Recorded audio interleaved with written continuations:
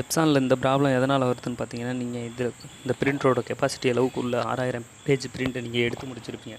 அதனால் இந்த ப்ராப்ளம் வரும். இல்லைனா வேஸ்ட் இங்க் இருக்குது பார்த்தீங்களா, அது பேக் சைடு வந்து அந்த பேடில் இருந்து இதாக ஃபுல்லாக இருக்கும். அதனாலேயும் இந்த பிரச்சனை வரும். இதை எப்படி சரி பண்ணலான்னு பார்ப்போம். இதனால் நீங்கள் ஹெட் க்ளீன் பண்ணாலோ இல்லை நாய்ஸ் க்ளீன் பண்ணாலோ ஒன்றும் வேலைக்கு ஆகாது. இது ஒரு சாஃப்ட்வேர் வச்சு ரீசெட் கொடுத்தாலே ஓகே ஆகிடும். வாங்க அது எப்படின்னு பார்ப்போம். Welcome to A1 Infotech. இது பார்த்தீங்கன்னா எப்சான் பிரிண்டரு. இது பார்த்தீங்கன்னா 2 லைட் பிளிங்க் ஆகிட்டே இருக்கும். இது வெரி சிம்பிள். ஃபஸ்ட்டு பார்த்துங்க, L3110 இந்த பிரிண்டரு. இது எப்படி ரெடி பண்ணுறதுன்னு பார்ப்போங்க. ஃபஸ்ட்டு கூகுள் குரோமை ஓப்பன் பண்ணிக்கோங்க. கூகுள் குரோமை ஓப்பன் பண்ணிட்டு எப்சான் அந்த பிரிண்டரோட நேமை அப்படியே இது பண்ணிட்டு லாஸ்ட்டாக ரீசெட் அப்படின்னு போட்டுக்கோங்க. ரீசெட்டர்னு ஓகேங்களா. ரீசெட்டர்னு போட்டு சர்ச் பண்ணிக்கோங்க. Epson L3110 ரீசெட்டர். ஓகே, ரீசெட்டர்னு டைப் பண்ணிக்கோங்க. டைப் பண்ணிட்டு அப்படியே ஸ்க்ரோல் பண்ணிங்கன்னா கரெக்டாக பாருங்கள், இந்த வெப்சைட்டு எப்சான் இந்த இதை கிளிக் பண்ணிக்கோங்க. ரீசெட்டர் இது வந்து ஃப்ரீயாகவே கிடைக்கும் உங்களுக்கு டூல்ஸு, இல்லைனா மற்றதெல்லாம் பெய்டு பண்ணி வாங்கணும். இது அப்படியே ஸ்க்ரோல் பண்ணிட்டு அடியில் வந்தீங்கன்னா இன்னும் கொஞ்சம் கீழே வந்து பாருங்கள், அதில் டவுன்லோட் ஆப்ஷன் கொடுத்துருப்பாங்க.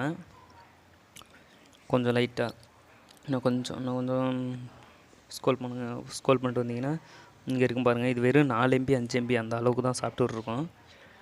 இதை வந்து டவுன்லோட் கொடுத்துக்குங்க. வெயிட் பண்ணுங்கள், நமக்கு கொஞ்சம் லோட் ஆகுது. ஓகே, ஒரு 2-3 செகண்ட் வெயிட் பண்ணுங்கள். அதுவே டவுன்லோட் ஆகிக்கிறோம். டவுன்லோட் 4 MB அவ்வளோதான்.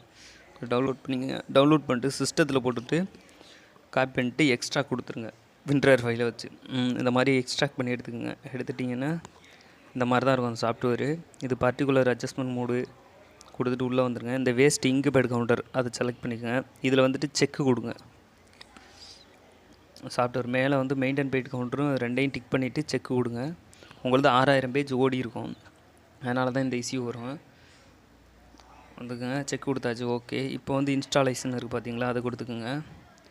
இன்ஸ்டாலைஸ் கொடுத்துட்டிங்கன்னா ஒரு ஓகே கேட்கும். ஓகே கொடுத்துட்டு பவர் ஆஃப் பண்ணி ஆன் பண்ணுற மாதிரி இருக்கும். பிரிண்டரை பவர் ஆஃப் பண்ணி ஆன் பண்ணணும். ஓகேங்களா. அந்த இதிலே கேட்குறாங்க பார்த்தீங்களா, ப்ளீஸ் பவர் ஆஃப்னு. பவர் ஆஃப் பண்ணிட்டு அதுக்கப்புறம் ஆன் பண்ணுங்கள். ஆன் பண்ணதுக்கப்புறம் பிரிண்டர் ஓகே. தேங்க்யூ. அடுத்த